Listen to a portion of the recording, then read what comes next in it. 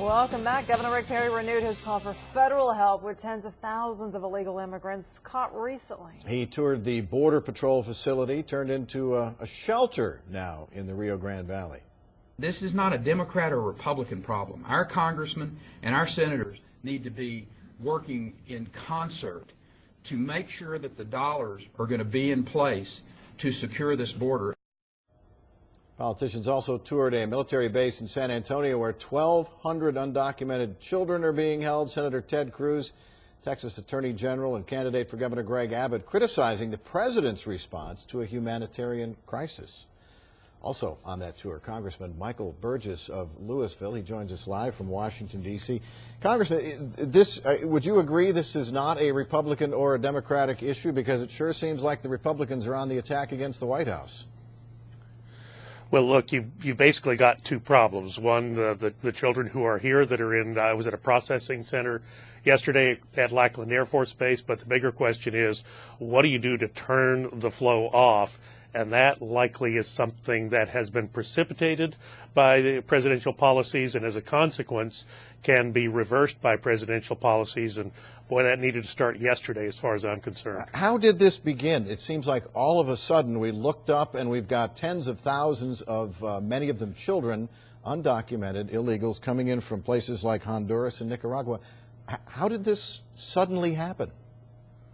It was absolutely predictable. Exactly 2 years ago, the president took it upon himself to rewrite immigration law in this country, which is clearly a purview of the legislative branch, but he did it with the executive branch and said that he was not going to prosecute anyone who was here illegally. Now, he put some parameters around it and defined it as a certain age group arriving after or before a certain date. But you know what? That gets lost in the translation. And kids down in Guatemala and El Salvador, they weren't looking into the intricacies of a presidential order. They simply heard, hey, if you get here, the borders are open and we're not going to prosecute you. We're not going to send you back. So that's why you're seeing this age group travel north. Now, look, if the president just simply wanted to bring in a lot of people from Central America, there's a better way to do that than tell these folks to pay the coyotes thousands of dollars and then make a very dangerous trek across Mexico. I mean, these kids are exposed to unspeakable danger during that time.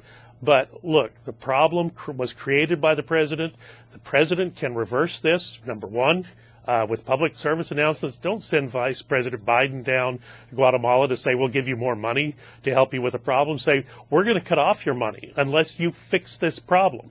You can do this on the airwaves with public service announcements in your country and convince people, educate people that they're not to come here.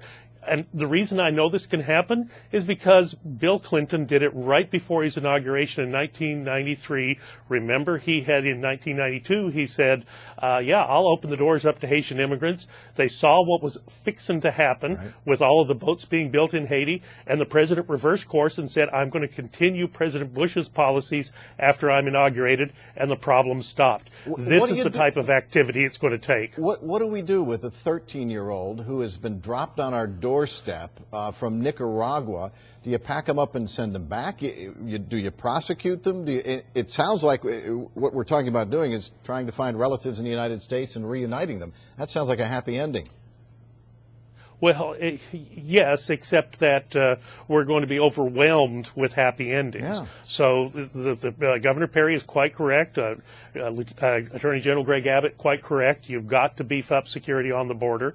The border is being overwhelmed right now. If an 8-year-old can get across and turn himself in to the Border Patrol, who else is getting across? Well, that Border Patrol's attention is diverted by the 8-year-old. I mean, this is an enormous problem. So that does need to be fixed. It creates a secondary problem in Mexico, though, with people being held in stash houses who were awaiting their ability to get across the border. But once the child is here, sure, there are policies that are procedures that are followed, and that's what we saw yesterday down at Lackland. You know, are the kids being well taken care of here? Sure, they are. And the folks at FEMA, the folks at Health and Human Services, they are doing the job that they were sent there to do. But the problem is we can't keep doing that job. This has got to change.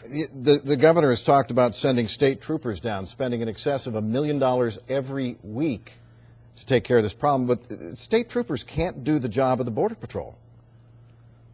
No, the National Guard, I think, is what he was referring to. They can help. They can be a backstop.